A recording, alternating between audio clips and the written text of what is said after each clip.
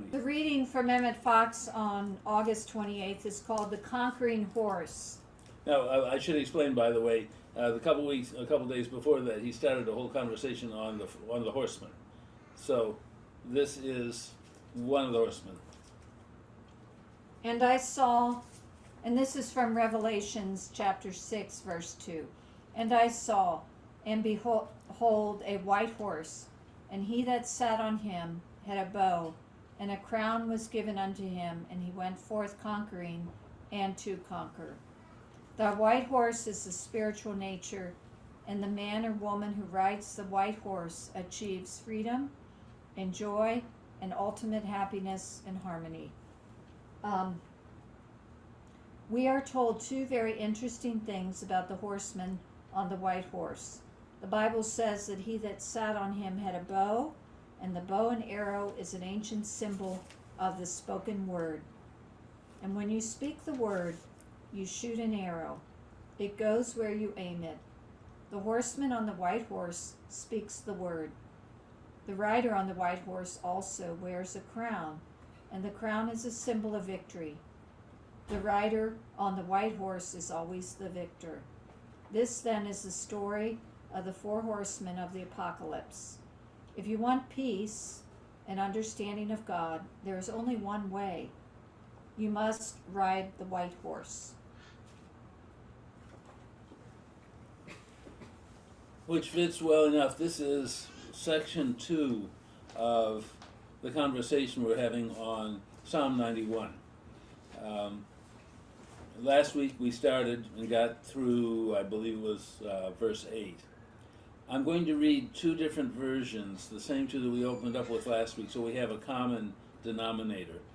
And then we'll continue the conversation.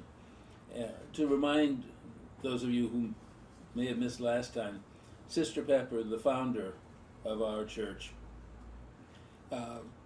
always said that Psalm 91 was one of the most powerful methods of protection, the reciting of it. So this first version is from George the Lhamsa translation. Lhamsa, for those of you who are unfamiliar with him, was raised in an Assyrian village that still spoke Northern Aramaic. They followed the Orthodox Christian tradition, and the village was so remote that until World War I, when the British conquered the Levant, nobody knew it existed.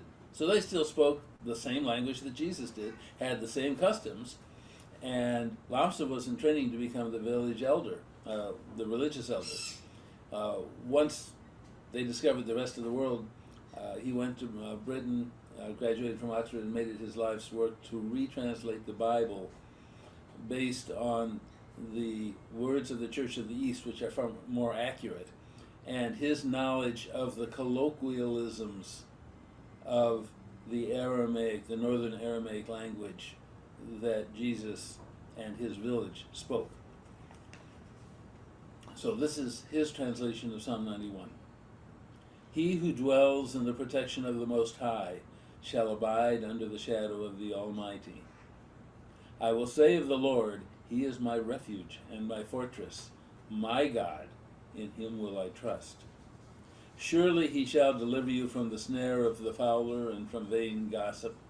He will cover you with His feathers, and under His wings you shall trust.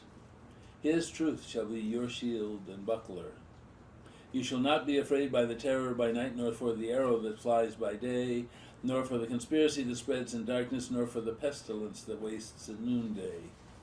Thousands shall fall at your side, and 10,000 at your right hand, but it will not come near you. Only with your eyes shall you behold the reward of the wicked. For thou, O Lord, art my trust. Thou hast established thy habitation in the highest. There shall no evil befall you, neither shall any plague come near your dwelling. For he shall give his angels charge over you to keep you in all your ways.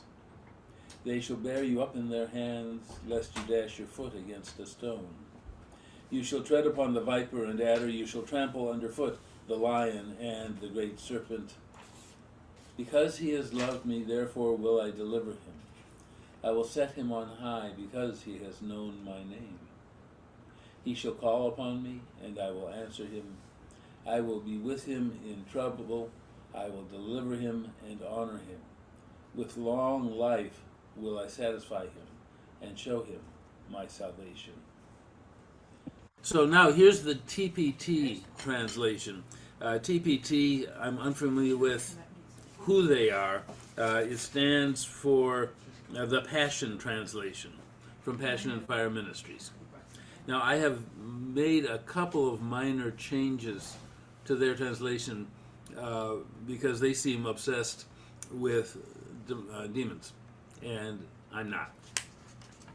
So I've kept the meaning, but within the framework of my understanding of the divine. Here's their translation.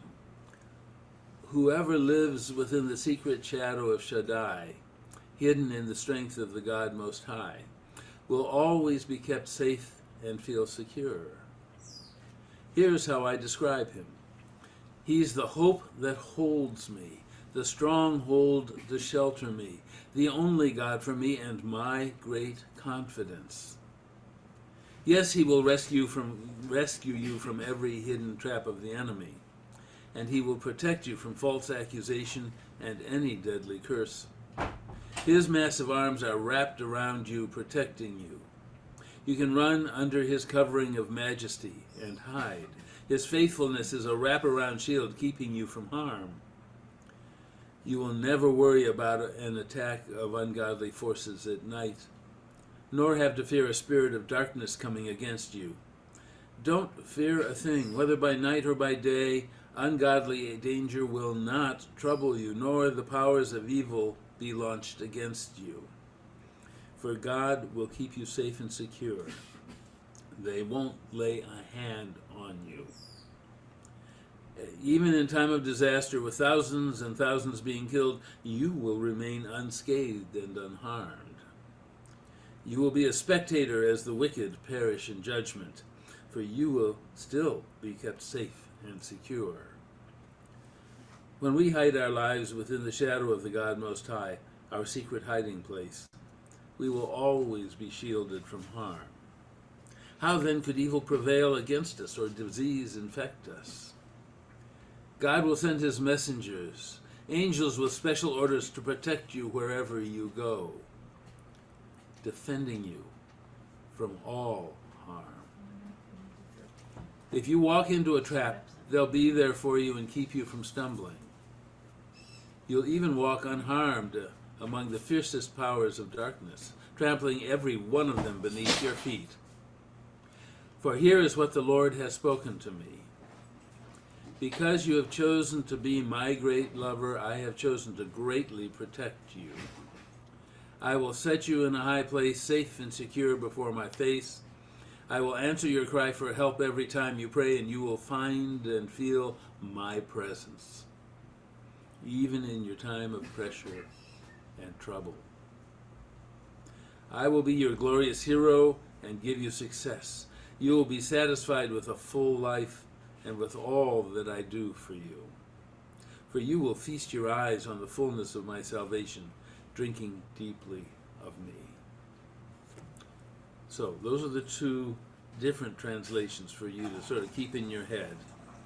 And we're going to move forward. Oops, I just took part that I didn't want to. And we're going to start with 1,000 shall fall at your side and 10,000 at your right hand, but it will not come near you. I found myself thinking about this in modern times. God is telling you that if you connect with God without reservations, you are inoculated against the results that exposure to trouble can bring. Now, I was talking with my daughter, Mara, this afternoon about what I was planning to talk about, and she made the point, and you'll see it mentioned later on too, being inoculated against a problem doesn't mean you're never going to encounter it.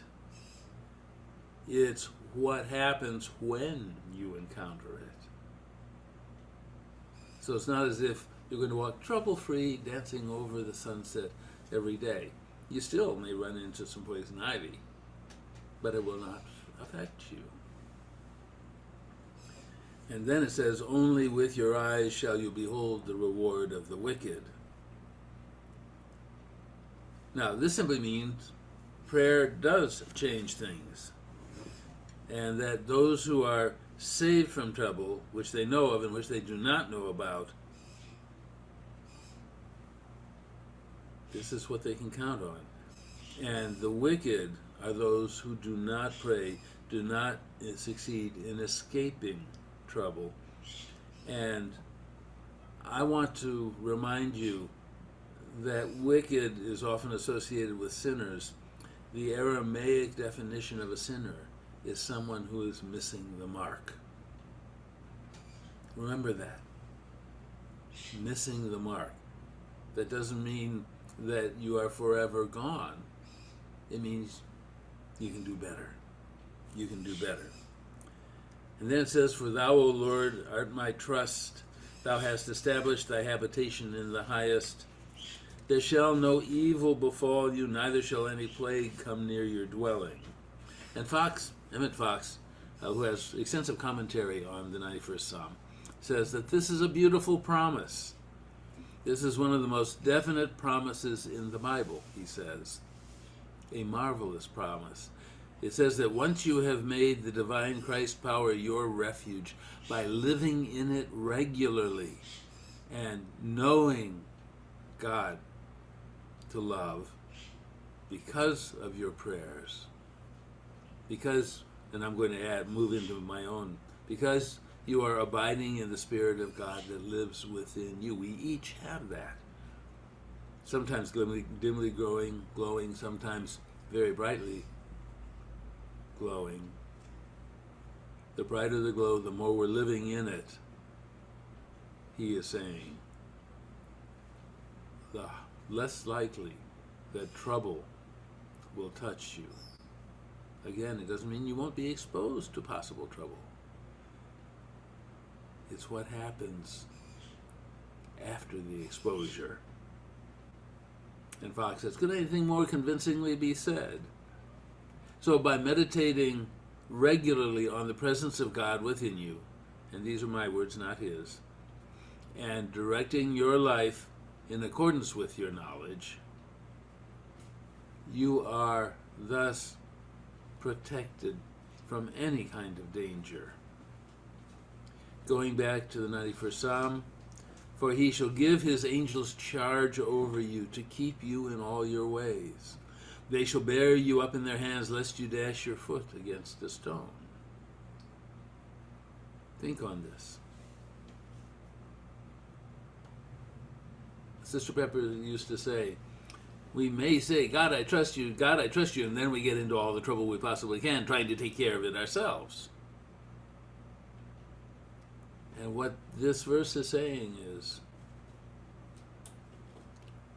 if we allow ourselves to be in regular contact as part of the divine, within the divine, guess what?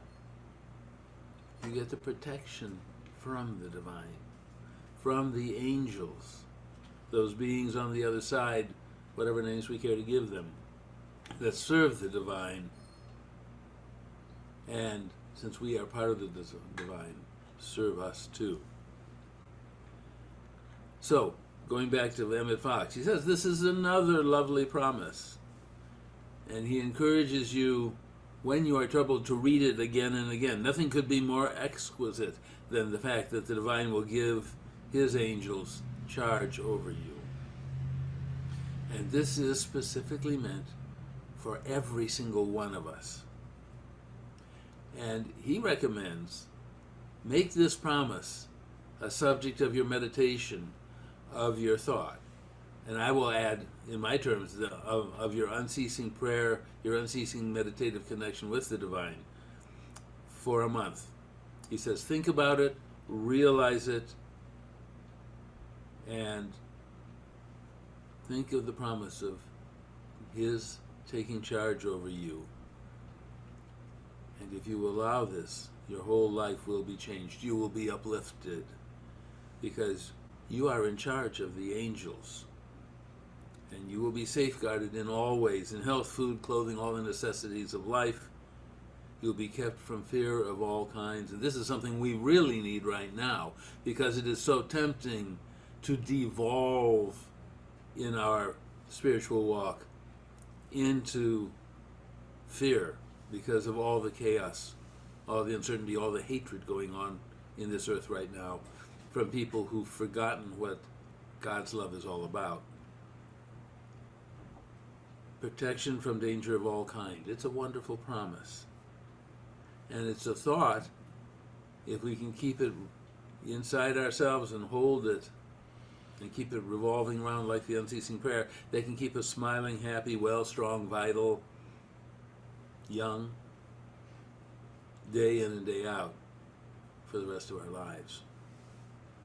Going back to the verse, you shall trample upon the viper and adder, you shall trample underfoot the lion and the great serpent. Well, the lion stands for difficulties that we know about. Lions tend to be very visible. You can hear them roaring out in the veldt.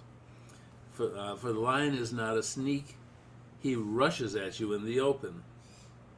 The snake, on the other hand, is hidden.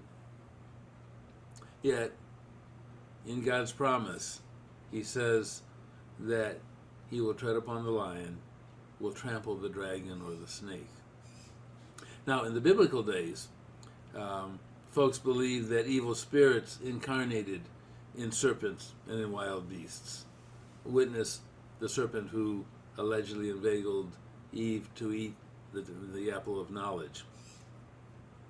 And, of course, in the biblical tale, there was a tragedy that ensued.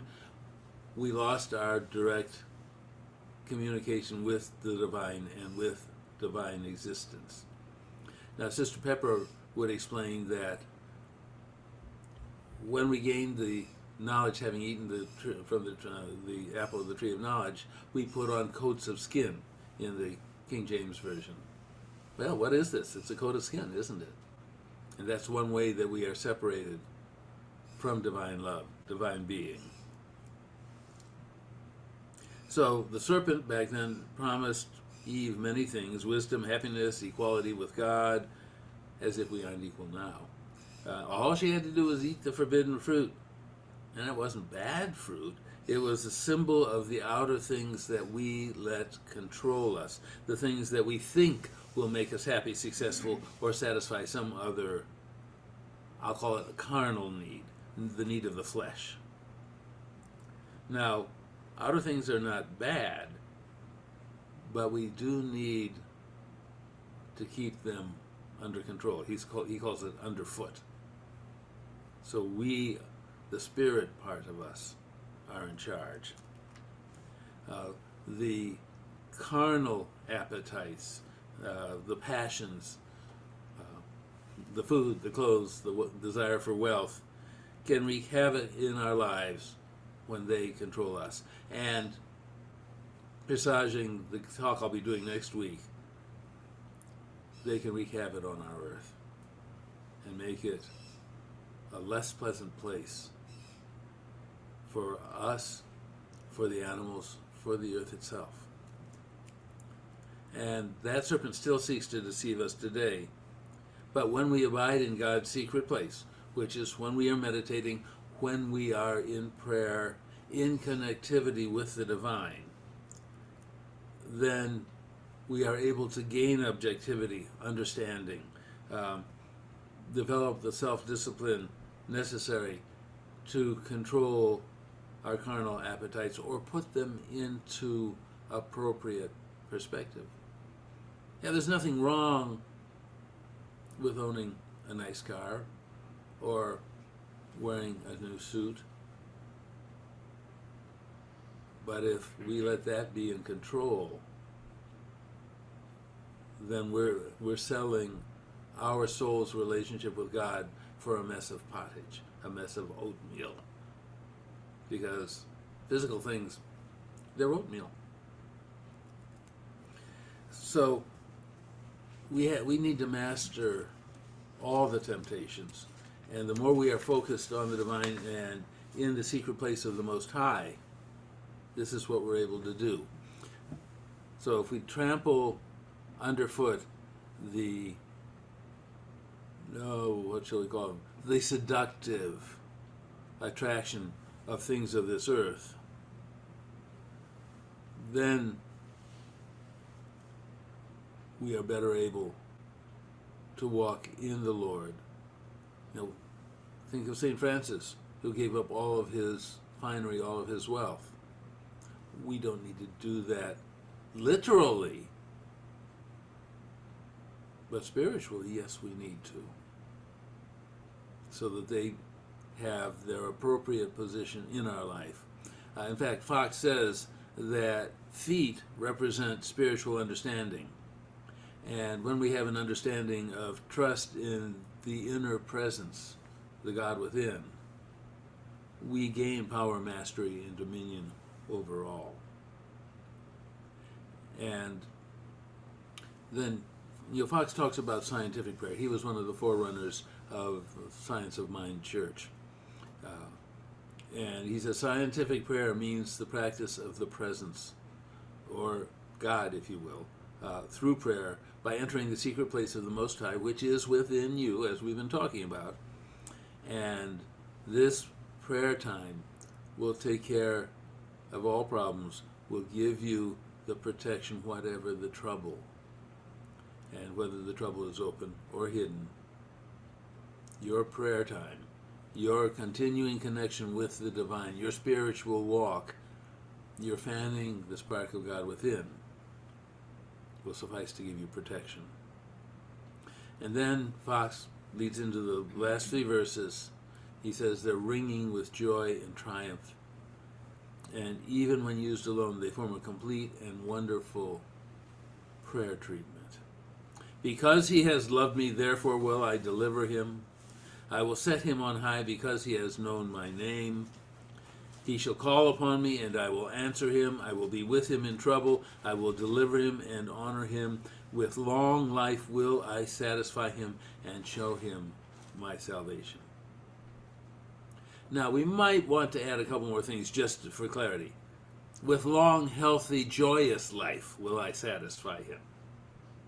For those of you who have some sort of internal toxic about, I'm going to have a long life, I'm going to suffer the whole time. No, definitely not. So, these 3 are a definite statement that you are to be delivered from your difficulty because you have set your love on God and he upon you. No kind of harm will molest you. I will deliver him. Why? Because he has set his love on me.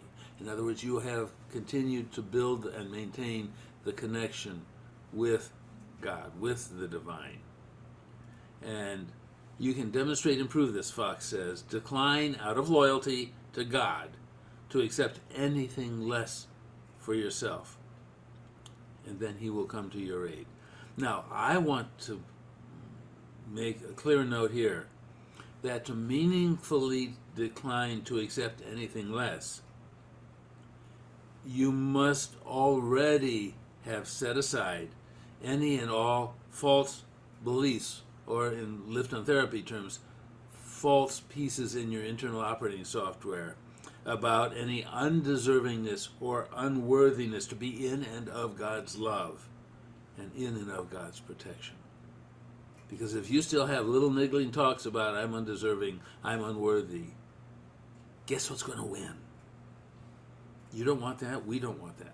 And if you're struggling with it, come talk to me, come talk to Lori C., Lori K., any of the people who do Lifton therapy. We can help remove those false beliefs that are limiting your access to the divine. So when we see that when we have, through our prayer, attained a real appreciation of the allness of God, of the allness and all-encompassingness of God's love, our trouble will disappear. Doesn't mean we won't encounter it, but when you encounter a small trouble or a big one, and you know you're so protected by God's love, that trouble is going to have a much lower effect on your life. and you are going to come out much farther ahead. So the last two verses sort of gather everything up, create a song of triumph, and they promise us counsel and guidance in perplexity, salvation in trouble, and a long and joyous life. He shall call upon me, and I will answer him. I will be with him in trouble. I will deliver him and honor him. With long, healthy, joyous life will I satisfy him and show him my salvation. And so we give glory to the divine in the highest. The promises are there for us if we will take the time to clear away the carnality of here and now and build our relationship, our spiritual relationship with the divine within, around us, without. All of that, because this is all the divine, if we will allow ourselves to have it. So, build your secret place of the Most High. Go there often. Meditate, pray, whatever form, unceasing prayer, whatever form of connection with the divine helps you move more certainly within this protection, within God's love. And He will meet our every need. He will answer our every prayer. And we will know it. There will be no doubt. So every day, be sure you give thanks for all, calling everything good. Give gratitude to the one great divine. And remember what I quoted my sister saying so often, the more you give thanks, the more you evince gratitude to the divine for that which the divine has delivered to you, the bigger the pipeline becomes for more good, for more protection. And isn't that a wonderful thing?